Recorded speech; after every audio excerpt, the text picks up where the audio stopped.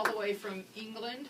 That's where you live, right? Yeah. England, and that's a country on the other side of the Atlantic Ocean? I think so. Yes. And how long have you been from England? 20 years. Really? Yeah. Okay, get really close to the mic. We didn't have a chance to teach you all the mic technique. Yeah. Because I didn't Aaron know got what was here going on. late. And It wasn't Aaron, my fault. No, no. Hey, Oh, no. yes, we We've know been that. slamming on Aaron. Good. We watched the show. It's pretty entertaining. In fact, we put out a wanted poster for you. So you grew up speaking in this English accent Yes. that we find so entertaining over here. Apparently. Was yeah. it difficult for you to learn the English accent? No, it came pretty naturally. Pretty naturally? Excellent. And I understand that you want to be a psychologist. Yeah. So how did you first find Our Place? We get to ask all the Jennie questions because we've known Jennie in Our Place and for a very long time, and now we get to ask her, how did you come upon the Our Place app? Honestly, I was looking for a journal because it used to be called Journals. And then I just found that people were asking questions and answering them, and I thought maybe I have something to say here, and it just kind of went from there. And then it just kind of snowballed? I realised that I like answering people's questions. Yes, and you're very good at it.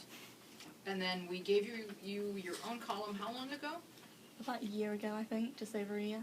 So what is you are the only person on this planet I know of who does what I do, which is every day before we can lay our head down on the pillow, we have to make sure we're caught up on our questions, right?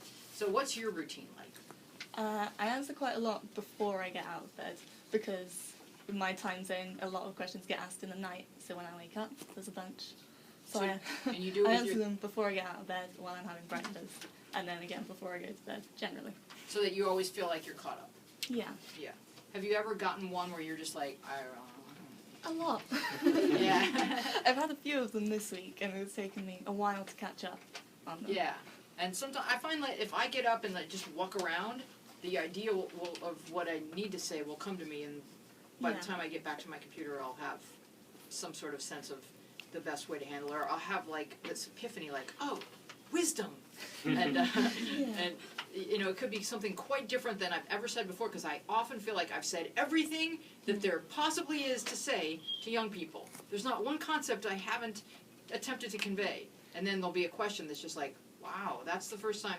Like we had the question about, that's going to be the next question we get to, about the girl who started wearing a hijab, and she's being teased on the bus, and I realized I had never really addressed that. Yeah, I just read that question. Yeah, so that's why it's in the show this week, even though it's under anonymous, and I like to only put questions on the show that people say their names.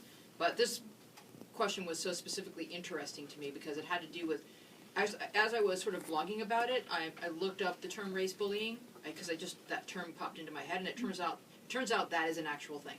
And I started to think about the concept of race bullying as being like probably the least thing that you should be upset about, because you're like one of like millions of people of your race, so they haven't found anything specific about your personality to pick on, and yay. Because it just seems like as we become more blended as a people on planet Earth, it just seems more and more ridiculous to me, doesn't it? Yeah. Yeah.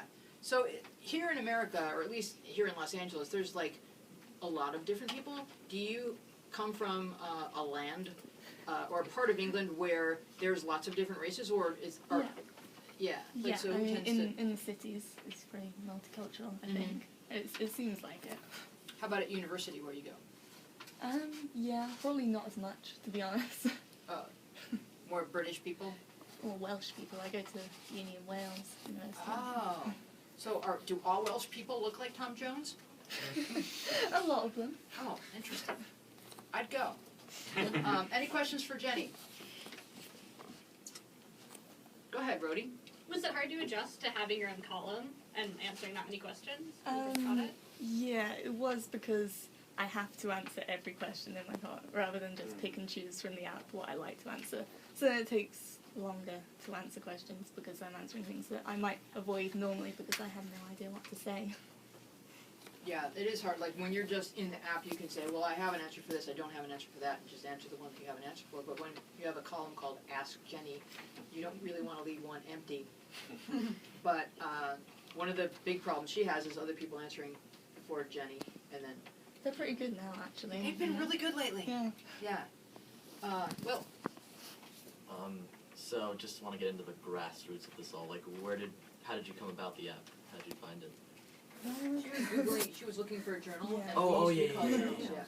And she found out we had advice, and she loves advice. Yes, Montana? This is more a question about like British people.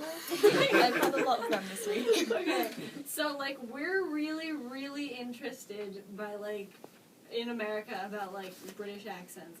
It's not the same thing in England, right? Or like, what do you think about Yeah. American accents? Not a lot. Yeah, we don't have the same kind of.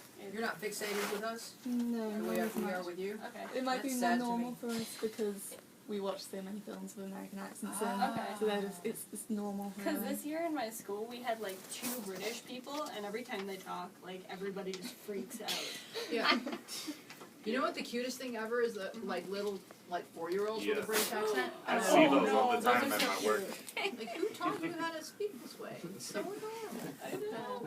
And you used to be a little 4-year-old with a British Yeah, I was. How cute of you. All right, so let's get to this question.